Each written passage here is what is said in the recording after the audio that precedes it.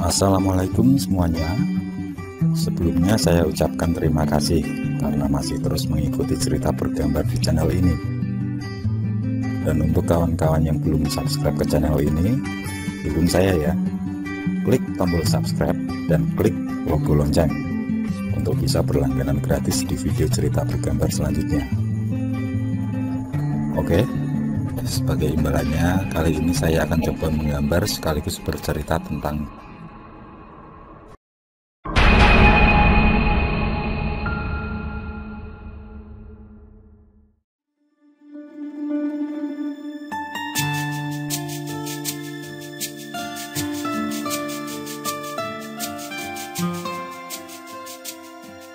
hidup di kampung yang asri membuatku enggan untuk meninggalkan kampung halaman.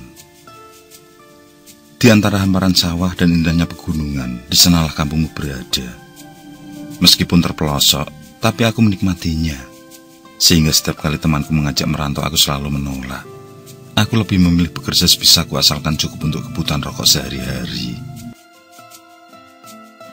Malam ini, aku menikmati kesendirian di teras rumah. Bersama kopi dan ketela rebus kupandangi remang cahaya lampu jalanan.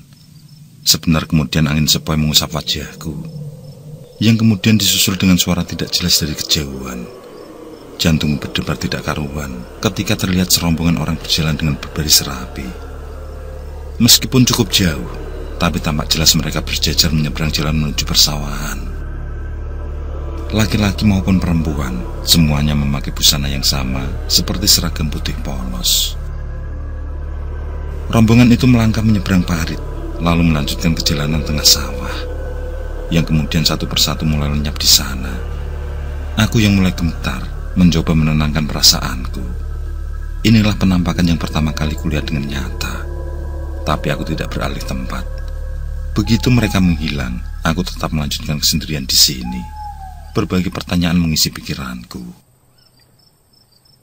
Hingga menjelang tengah malam, aku yang ingin buang air kecil lebih memilih mencari tempat yang sepi daripada harus ke WC belakang rumah. Di samping rumah, dekat parit persawahan, aku mulai membuang air kecil. Kembali aku merasakan kehadiran seseorang yang akan muncul. Bulu kuduku mendadak meremang.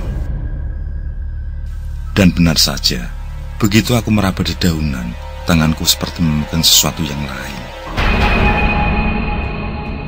Dan ternyata itu adalah kepala seorang anak kecil. Dia berdiri menatapku tajam. Aku terpaku melihat penampakan wajahnya. Mukanya hancur dipenuhi belatung. Bajunya berlumuran darah dengan bau busuk yang sangat menyengat. Dengan gemetar aku benahi resleting celana, kemudian berlalu dari sosok tersebut. Dan aneh, begitu tiba di teras, di sana terlihat ramai orang bergerombol. Yang lagi-lagi ketakutanku muncul saat mengamati wajah mereka. Muka mereka hancur berlumuran darah, termasuk seluruh badan mereka. Di situ juga terlihat beberapa anak kecil, termasuk yang aku pegang kepalanya tadi. Ada apa ini? Gumamku. Sejenak aku terdiam, tubuhku terasa kaku dan mulutku terbungkam. Di saat itulah, melintas sekelebat bayangan yang seolah menghipnotis. Sejenak kemudian mataku terpejam. Suara-suara anak yang sangat riuh mulai terdengar dalam diamku. Hingga aku terkaget saat suara itu diakhiri dengan letusan yang cukup keras. Begitu membuka mata, alangkah terkejutnya aku. Posisiku berada di tengah sawah yang merupakan tempat hilangnya barisan penampakan tadi. Seketika, ketakutanku semakin menjadi. Ditambah lagi tercium aroma minyak melati yang semerbak. Tapi beruntunglah, aku mampu melewati malam itu dengan selamat.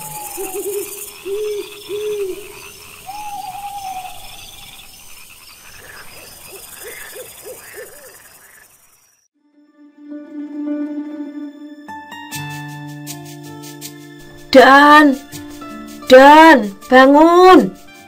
Sudah ditunggu kawan-kawanmu di depan itu loh. Ucap ibu dari luar kamarku. Irfan dan Teguh merupakan dua kawanku yang juga enggan merantau seperti kebanyakan pemuda lain. Hari ini aku bersama mereka akan bersantai di perbukitan desa. Selain menghilangkan jenuh, kami juga akan menyaksikan satu ritual desa, di mana tempat yang dikenal cukup wingi tersebut akan segera dijadikan lokasi wisata. Tentu hal tersebut akan menguntungkan bagi warga sekitar. Ada lahan pangan baru sebagai pekerjaan. Bangun, Don. Kembali ibu memanggil dengan setengah berteriak. Aku beranjak keluar menemui mereka. Ini baru jam berapa? Ucapku. Mereka hanya tersenyum. Tampak kopi buatan ibu sudah berada di depan mereka. Irfan mengatakan kalau warga sudah berbondong-bondong naik. Katanya ritual tersebut akan dilakukan sekitaran jam 8 pagi ini. Yang disusul hadirnya beberapa pejabat kota yang datang meresmikan. Berangkatlah kami. Tampak keadaan di sana sudah ramai. Tidak ketinggalan penjual pop mie maupun es krim yang dipenuhi sesak anak-anak kecil. Aku bersama 2 kawanku mencari tempat yang enak untuk menikmati hari itu. Kami pun memilih tempat di tengah perbukitan sambil melihat para gadis berlalu lalang. Gadis-gadis cantik yang tentu saja bukan dari desaku saja, tapi juga dari beberapa tetangga desa. Siapa tahu ada yang kecantol dan mau jadi pacarku. Beberapa saat kemudian, serombongan kaur desa datang bersama seorang kiai termasuk para sesepuh desa. Kemudian beberapa orang mengikuti dengan tumpeng dan buah yang ditata sedemikian rupa. Setelah semua siap, Pak Kepala Desa memberi sedikit pidatonya sebelum acara dimulai. Ngepreh, inilah nama tempat cukup datar di atas bukit ini, di mana ada pohon beringin sangat tua yang dikelilingi bebatuan besar di sepanjang sisinya. Sementara tepat di bawah pohon, ada tumpukan batu kecil dan satu batu sedang yang dipergunakan berdoa. Untuk naik sampai ke atas, harus menempuh jalanan setapak curam. Yang rencananya kelak jalanan ini akan dibuat tangga setelah ramai pengunjung. Dari sejarah yang beredar, bukit ini dulunya merupakan tempat salah seorang murid dari Wali Songo yang mengembalakan sapi. Ada 2 sapi milik salah satu wali yang dititipkan pada muridnya itu.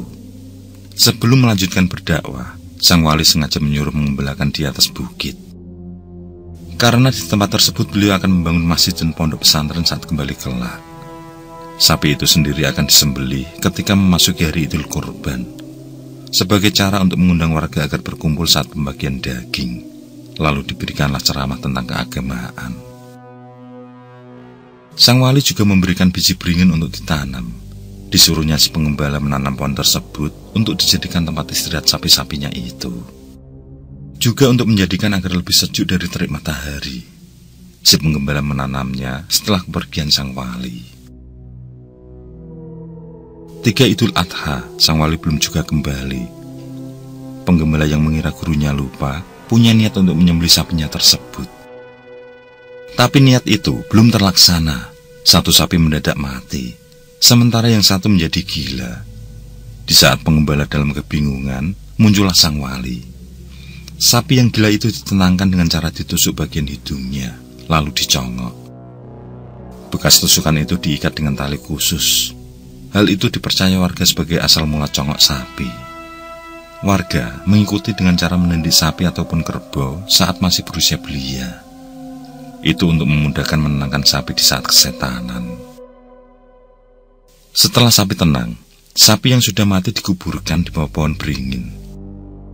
Lalu sang wali mengucap bahwa siapapun yang membawa hewan ke atas bukit di saat hari raya kurban, maka hewan ternak itu akan terlindungi dari segala mara bahaya. Sedangkan pemiliknya akan semakin makmur dengan hewan peliharaannya. Semua untuk mengenang sapi beliau yang telah mati. Beliau juga berucap, kalau kuburan di bawah pohon preh itu akan abadi karena dilindungi benteng yang kokoh. Setelah itu, sang wali memberikan sapi tersebut pada penggembala. Tampaknya sang wali sudah tahu niat si murid yang akan menyembelih sapi tersebut. Yang akhirnya beliau membatalkan niatnya untuk membangun masjid juga pondok di bukit. Beliau tidak mengatakan alasannya, tapi yang pasti, ada tempat lain yang dipilih. Mungkin lebih baik dan lebih tepat daripada di bukit ini. Seiring berjalannya waktu, tempat itu pun disebut Ngepreh.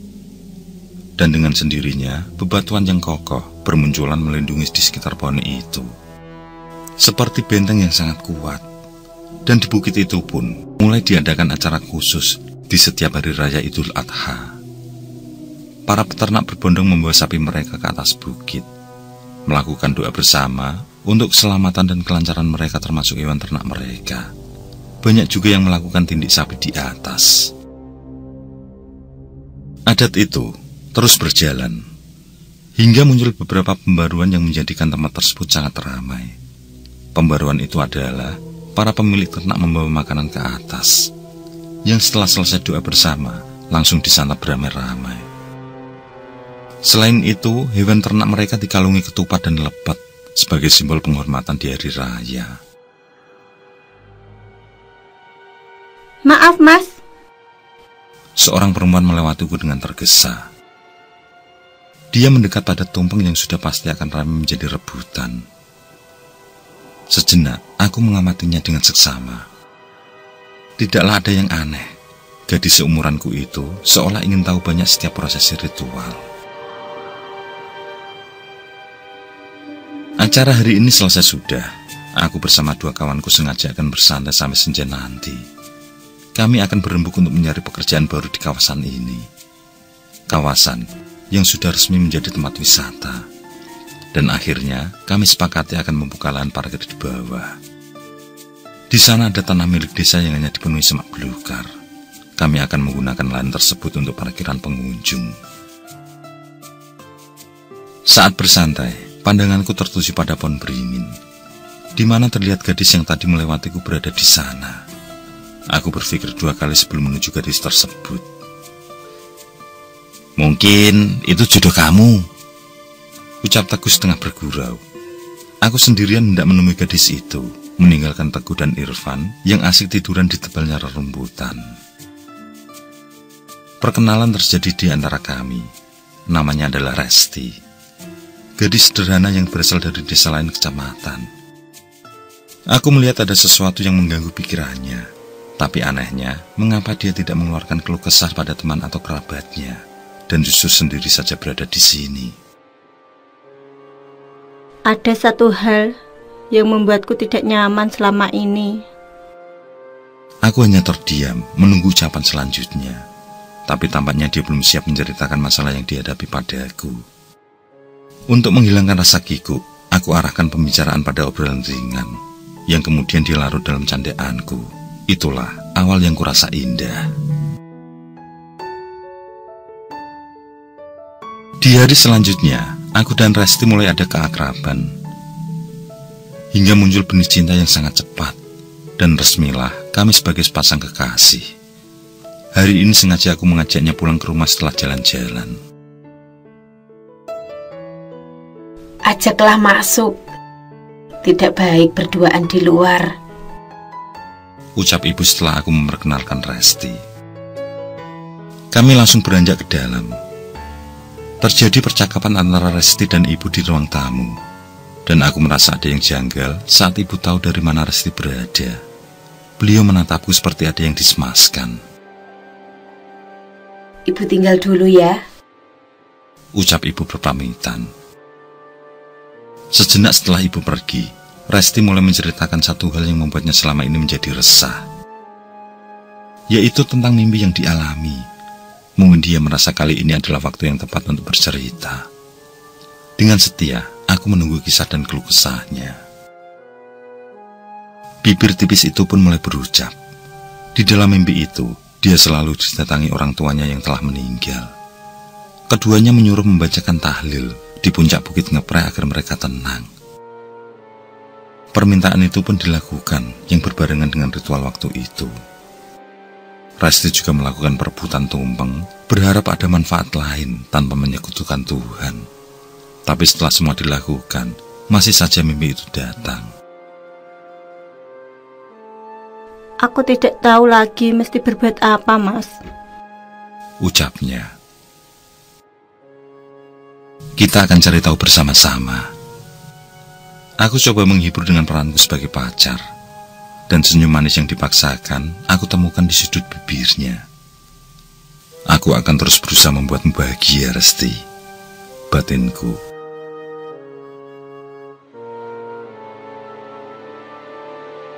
Setelah mengantar pulang Resti, ibu sudah menunggu di ruang tamu. Beliau langsung menyuruhku duduk. Dengan tegas ibu menyuruhku agar menjauh dan memutus hubungan dengan Resti. Aku bingung dengan sifat ibu yang mendadak berubah. Aku menyukainya, Bu. Begitupun Resti. Tidaklah mungkin aku meninggalkan dia tanpa alasan. Ucapku mulai menentang keinginan ibu. Lupakanlah. Carilah gadis lain yang bukan dari desa itu, jawab ibu. Aku yang merasa penasaran mengejar perkataan ibu agar mau menceritakan alasannya. Setelah menatapku cukup lama, barulah ibu mulai menceritakan tentang palak desa. Di mana warga desa yang aku huni tidaklah boleh berjodoh dengan warga dari desa Resti. Sebab jika itu terjadi, maka akan ada hal buruk yang menimpa. Kebanyakan adalah pasangan itu akan meninggal. Dan selama ini yang dikalahkan adalah orang tua dari desa Resti. Orang yang dari sana pasti yang akan mati. Entah itu secara langsung atau mungkin beberapa tahun kemudian. Bisa jadi setelah mempunyai keturunan hingga remaja barulah meninggal. Memang kebahagiaan selalu menyertai pasangan, termasuk dilancarkan rezeki. Tapi kebahagiaan itu akan menjadi sakit yang sangat sakit saat secara tiba-tiba harus kehilangan pasangan. Ini adalah kenyataan, anakku. Ibu berharap patuhilah ucapan ibu. Tutur ibu mengharap.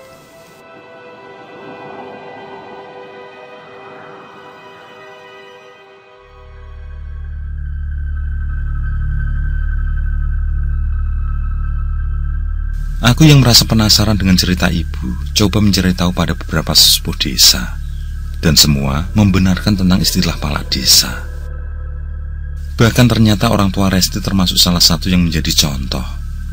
Menurut cerita mereka, palak desa dimulai saat sapi dari sang wali dijadikan hewan lamaran oleh muridnya. Dan kebetulan, calon menantunya adalah orang dari desa kelahiran Resti. Saat sampai di perbatasan desa, sapi itu mendadak terlepas dan berlari ke tengah sawah, yang akhirnya tidak ditemukan jejaknya. Dari kejadian itu, warga setempat menganggap kalau sapi telah dilenyapkan oleh bangsa iblis. Sehingga mereka menafsirkan ada kesialan jika pernikahan dilanjutkan. Dan itulah yang terjadi. Selang setahun pernikahan, pasangan itu pun mendadak sakit tanpa sebab, yang akhirnya meninggal dunia. Beberapa kali peristiwa itu terjadi, dan sebagian besar yang meninggal adalah dari desa Resti, yang semua itu berlanjut pada tidak diperbolehkannya pernikahan dua desa itu. Ada satu hal yang lebih mencengangkan. Menurut para sesepuh, arwah yang meninggal terkurung di lokasi persawahan di mana sapi sang wali menghilang. Dan jalur itu searah lurus dengan Bukit Ngepreh. Jika ada keturunan mereka yang ditemui lewat mimpi, bisa juga mendoakan di atas bukit. Mungkin juga itu yang terjadi pada Resti.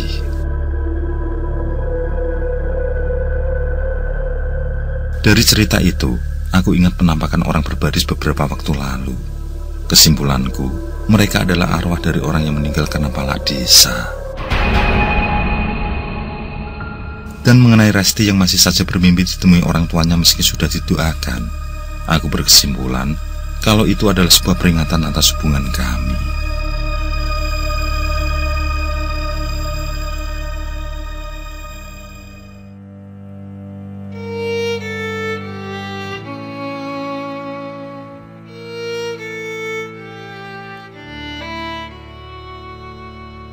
Malam yang berbinar tidaklah seimbang dengan suasana hatiku. Juga hati Resti.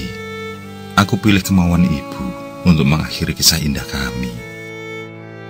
Bagiku, sakit ini belum seberapa jika dibanding nantinya. Air mata Resti tiada berhenti mengalir. Selalu diusap dan selalu datang lagi. Kami tidak berdaya. Aku merasa berdosa telah menyakitinya. Gadis cantik yatim piatu yang akan selalu aku dambakan.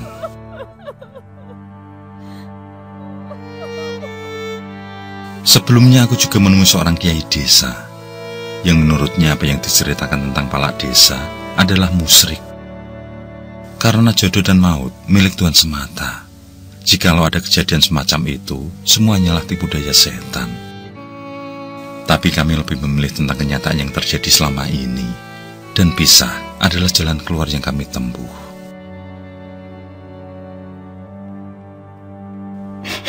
Temukanlah kebahagiaanmu, Mas.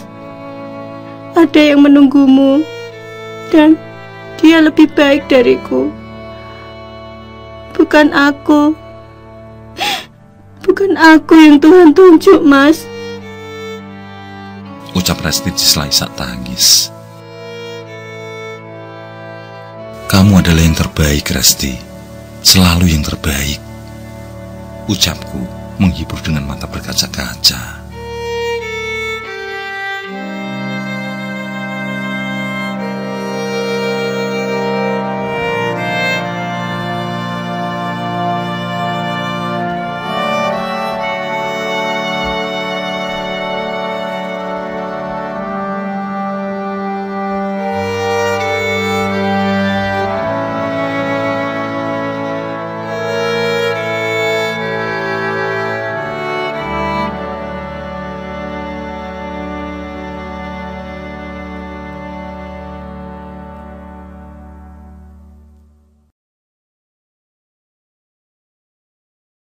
Oke, saya kira cukup cerita kali ini. Untuk cerita-cerita lainnya, silahkan buka di bagian video dalam channel ini, di playlist cerita bergambar. Sekali lagi terima kasih ya. Jangan lupa like, komen, share juga boleh. Dan untuk yang belum subscribe, langsung klik tombol subscribe. Semangat berkarya. Akhirul kalam, wassalamualaikum warahmatullahi wabarakatuh.